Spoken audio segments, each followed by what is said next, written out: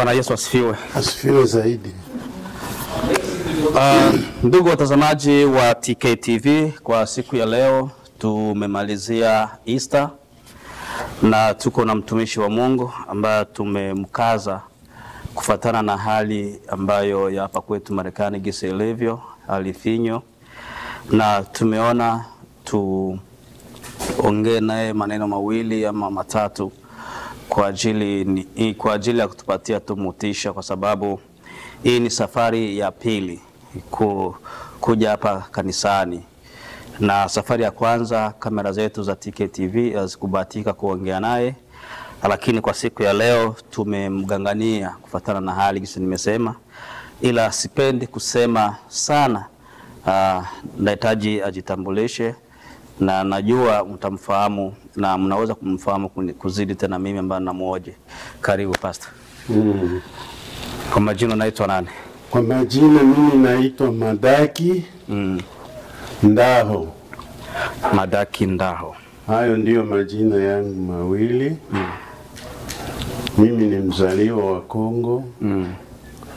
Nilizaliwa tangu mwaka wa 1945. Ni hizo tarehe zangu za kuzaliwa. Basi nikakua.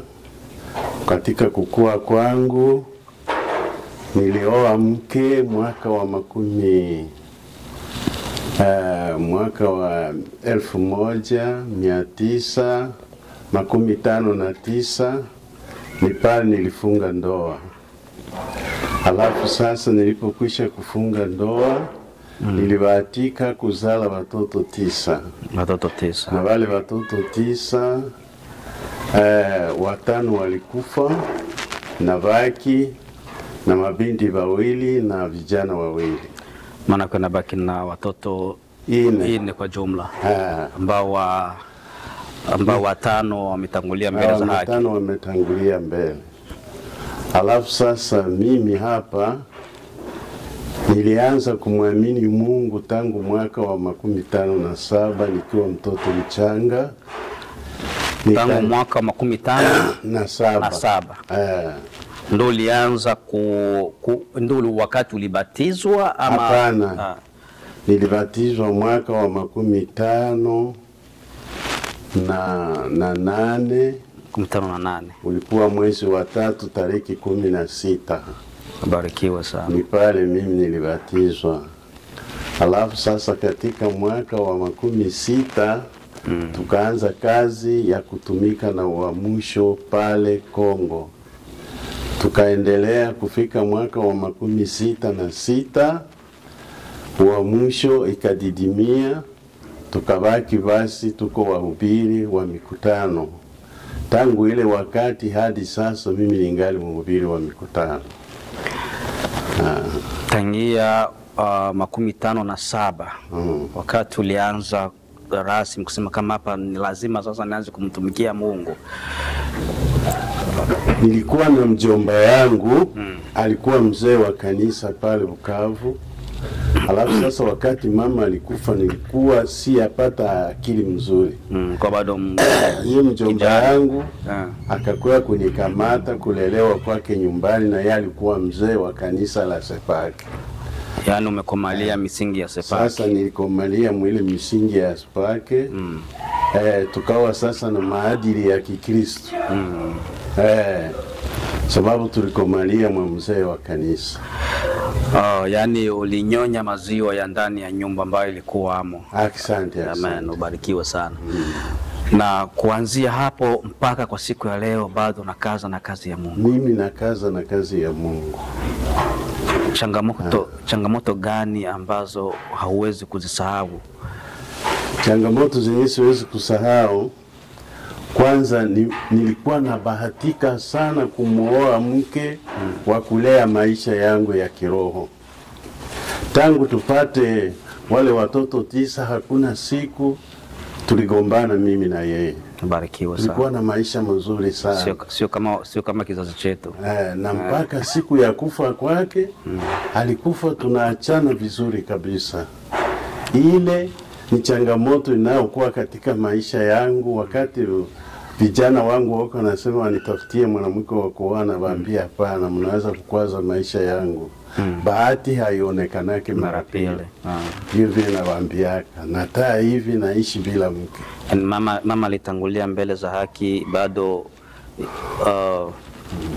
inaweza kuwa miaka mingapi hivi sasa? Iko miaka 18. Miaka 18. Pole sana. Hiyo ni changamoto kwa kweli, kwa sababu kabisa, kwa hali ya Ukristo bahati haiji mara pili. Unaweza kupata mmoja anakuhudumia katika huduma yako na mwingine anakuambia bwana, hiyo ni mambo ya zamani, achana nayo. Tumeshukuru sana kwa umesema, yani umekomalia kwa bibi, na bibi alikuwa ni mke wa mzee wa kanisa, na ukakomaa na hiyo mahadi hapo, ni ukavu hapo, na ukaanza, yani tuseme huduma ilibukia umo na ukaanza kufanya kazi ngazi ya kanisa ya Sepaki. Asante. Okay.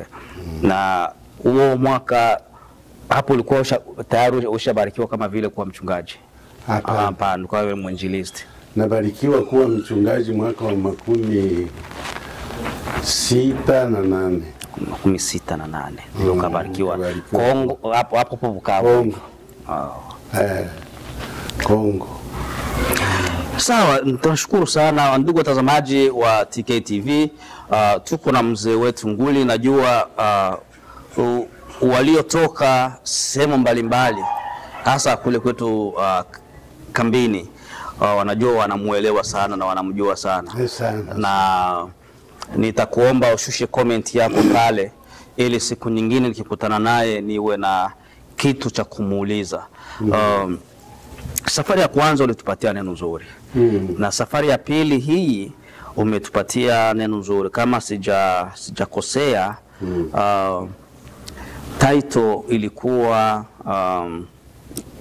ilikuwa maana ya msalaba. Kama sijakosea, ilikuwa ni maana ya msalaba ama nini maana ya msalaba? Mambo niliyokuwa natayarisha kwa kuongelea mkutano, tulianza na unabii wa Pasaka. Unabii wa Pasaka. Ni kwa ufupi tu, usiende sana tu. Nikaeleza unabii wa Pasaka. Baada ya kumaliza unabii wa Pasaka, ndio sasa nikasema nitaongea msalaba. Msalaba. Yes. Na huo msalaba ndio niliongea leo. Na bila sipendi kwenda naye mbali, kwa sababu mambo yote nimerekodi. Nimekamata mahubiri mwanzo mpaka mwisho. Nitakuomba ufuatilie channel yetu ya TKTV Baraka. Pale patakuwa mahubiri yake kuanzia leo jioni, nitaenda kuyaweka, ufuatilie pale, na nitaomba comment yako pale, ili nilisema tena safari ingine ya pili niwe na kitu cha kumwambia. Na hivi sasa hapa Marekani una miaka mingapi?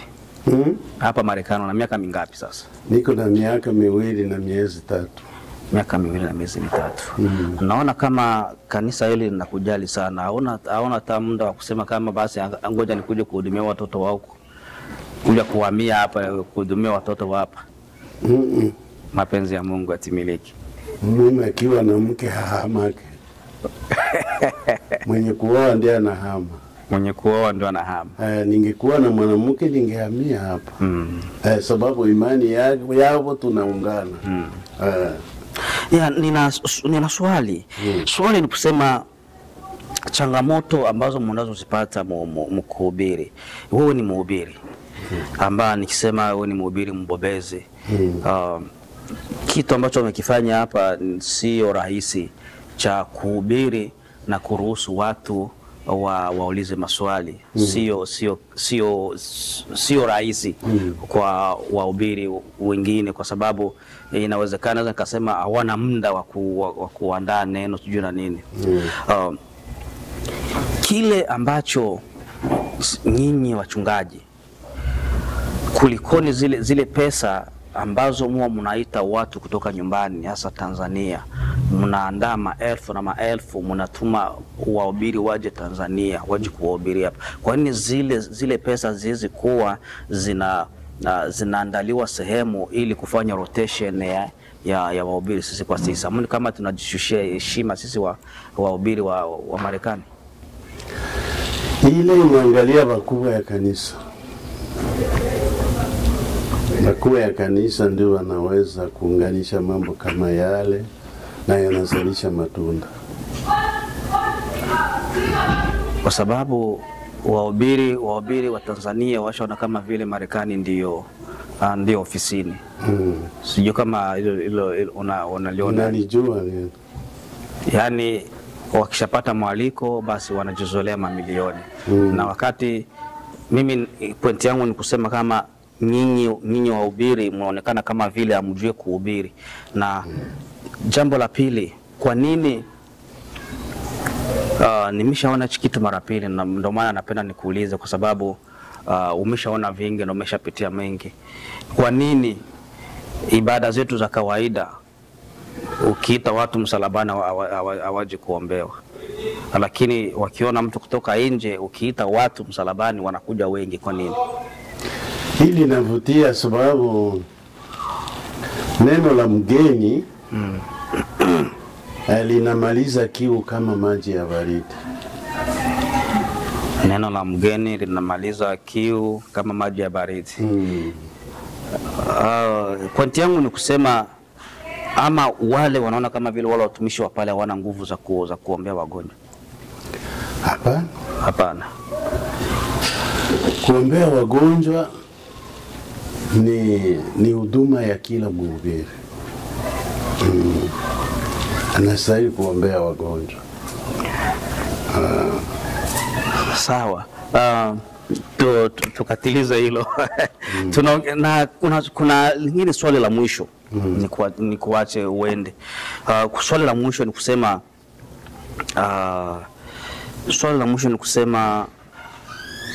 nimetoka hapa tena. Swali la mwisho ni kusema